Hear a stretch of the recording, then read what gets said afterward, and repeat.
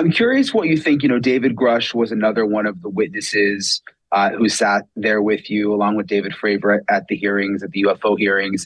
And I'm sure you've heard by now. And Grush, of course, for people who don't know, was a high-level intel official who is now saying that he had knowledge of secret government programs where they were covering up crash retrievals of UAPs.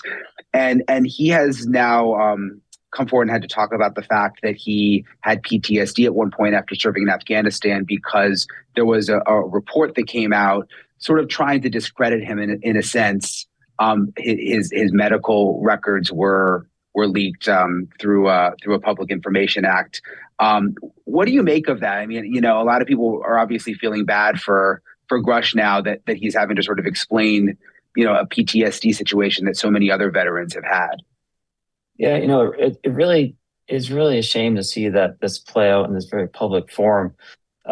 Mental health in the military is a massively unreported issue, and something that causes a lot of problems, both at home as well as at work for professionals in the military. And that's just due to the nature of the job. Unfortunately, I think that when you start airing the medical history and those type of mental illnesses that some of our soldiers have to deal with at times, it's not just an attack on one of them, but it's an attack on all of us, frankly. I think there's no place in this for any type of attack on anyone that has to admit that they have PTSD or any type of mental illness.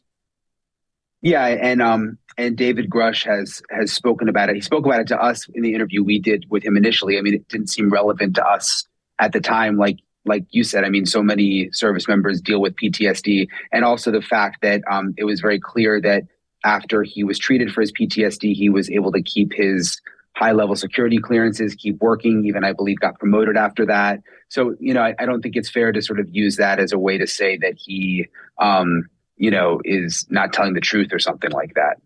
The Department of Defense has rightly encouraged soldiers to get help for those types of illnesses. And so to now come back and use that as a weapon against anyone within the armed service is I think, a failure of trust of the system.